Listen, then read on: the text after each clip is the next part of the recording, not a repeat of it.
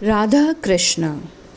हिंदू धर्म में भाद्रपद पूर्णिमा, जिसे पूर्णिमा या पूरे चंद्रमा के दिन के रूप में भी माना जाता है, हिंदू कैलेंडर में भाद्रपद महीने की पूर्णिमा के दिन लोगों द्वारा मनाया जाने वाला एक महत्वपूर्ण त्यौहार है।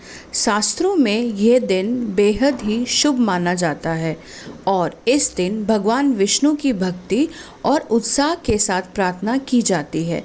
इसलिए इस दिन उपवास करने और कुछ अनुष्ठान करने से भक्तों को समृद्धि, अच्छा स्वास्थ्य और आध्यात्मिक उद्धान मिल सकता है। जानिए भाद्रपद पूर्णिमा 2023 पर उमा महेश्वर व्रत रखने का क्या महत्व है। तो आपकी जानकारी के लिए बता दें, इस बार भाद्रपद पूर्णिमा 2023 में 29 सितंबर को होगी।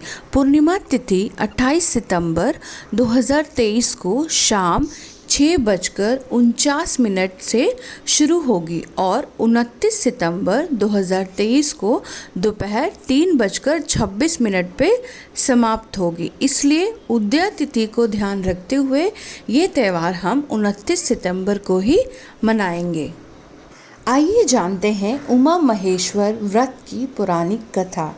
एक पौराणिक कथा के अनुसार एक बार महर्षि दुर्वासा भगवान शंकर के दर्शन करके वापस आ रहे थे।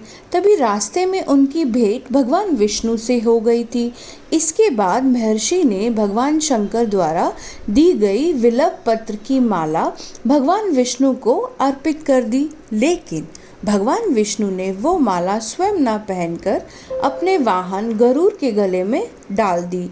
यह सब देखकर महर्षि दुर्वासा बड़े ही क्रोधित हुए और उन्होंने भगवान विष्णु से कहा कि तुमने भगवान शंकर का अनादर किया है, इसके कारण तुम्हारी लक्ष्मी चली जाएगी और क्षीर सागर से भी तुम्हें हाथ धोना पड़ेगा।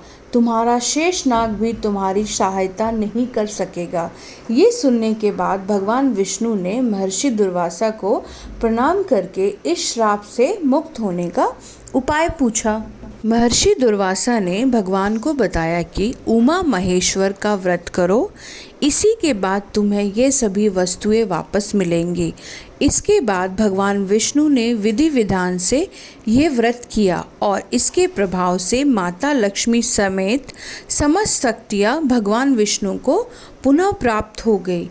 इसके अलावा उमा महेश्वर व्रत रखने से धन और समृद्धि की प्राप्ति होती है। ये व्रत जातक को संतुलन और शांति बनाए रखने में मदद करता है।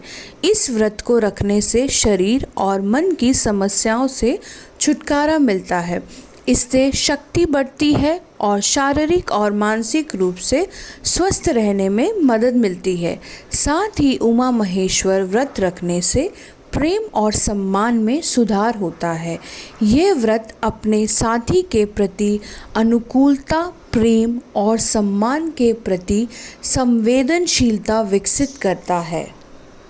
इस व्रत में भगवान शिव और देवी पार्वती की पूजा की जाती है, जो सुख, समृद्धि, शक्ति, स्वास्थ्य, धन, संतुलन और समानता जैसे गुणों के प्रतीक माने जाते हैं। भाद्रपद पूर्णिमा पर उमा महेश्वर व्रत रखने से बहुत ही लाभ मिलते हैं और भाद्रपद पूर्णिमा के दिन सनातन धर्म में हवन कराने का भी चलन है। इस दिन आप सत्यनारायण हवन करा सकते हैं, रुद्र हवन करा सकते हैं, गायत्री हवन करा सकते हैं। इन अलग अलग हवन कराने का अलग अलग महत्व होता है। जैसे कि भगवान विष्णु का आशीर्वाद लेने के लिए सत्यनारायण हवन कराया जाता है, रुद्र हवन भगवान शिव का आशीर्वाद लेने के लिए कराया जाता है, गायत्री हवन देवी गायत्री का आशीर्वाद लेने के लिए कराया जाता है, जो ज्ञान का अवतार मानी जाती है। यह हवन जातक की बुद्धि को बढ़ाता है और आध्यात्मिक विकास में मदद करता है। और पूर्णिमा के दिन गंगा नदी या नदी सरोवर में स्नान करने का भी चलन है। और क्योंकि आजकल ये सभी के लिए संभव नहीं है, तो आप अपने घर के पानी, नहाने के पानी में ही गंगा जल डाल के नहा लें और गंगा माता का स्मरण करते हुए स्नान करें। और आज के दिन अपने सामर्थ्य के हिसाब से कुछ ना कुछ दान अवश्य करना चाहिए।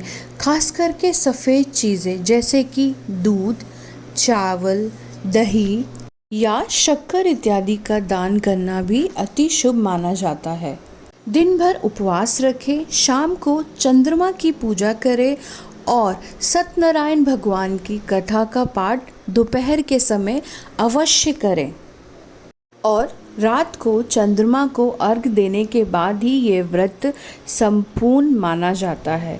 और भूलकर भी इस दिन बाल, नाखून इत्यादि ना काटें। और ध्यान रखें 29 सितंबर को राहु काल का जो समय है वो सुबह 10:30 बजे से लेकर 12 बजे तक रहेगा। तो राहु काल का जो समय है इसे अशुभ माना जाता है। तो इस बीच अपना पूजा, दान, पुण्य का काम ना करें।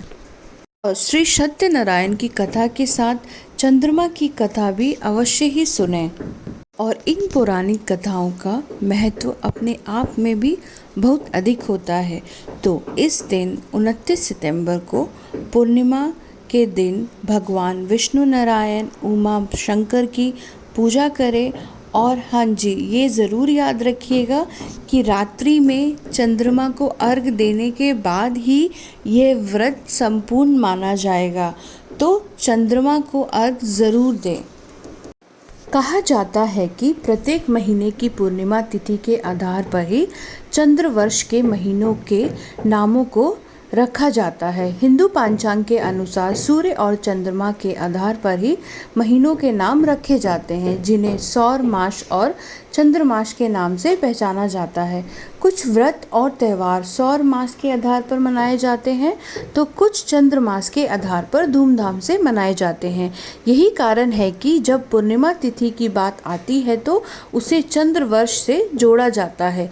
चंद्रमा के साथ नक्षत्रों का संबंध होता है। माना जाता है कि पूर्णिमा के दिन चंद्रमा जिस भी नक्षत्र में होता है उसी नक्षत्र के नाम अनुसार उस माह का नाम रखा जाता है। यही कारण है कि 12 महीनों के नाम नक्षत्रों पर आधारित होते हैं। इसी के साथ भाद्रपद पूर्णिमा के दिन चंद्रमा उत्तरा भाद्रपद या पूर्वा भाद्रपद नक्षत्र में गोचर कर रहा होता है। इसीलिए इस दिन भगवान शिव, माँ पार्वती, भगवान गणेश की पूजा करना जातक के लिए विशेष फलदायी माना जाता है। साथ ही दूध, दही, घी, शहद, फूल और मिठाई इत्यादि को भगवान की पूजा में ज़रूर शामिल करना चाहिए। इस तिथि पर पूजा के अलावा नवग्रहों से संबंधित वस्तुओं का दान करना जातक के लिए लाभदायक होता है। आप गुड़, काले तिल, चावल, चीनी, नमक, जौ तथा कंबल इत्यादि दान कर सकते हैं।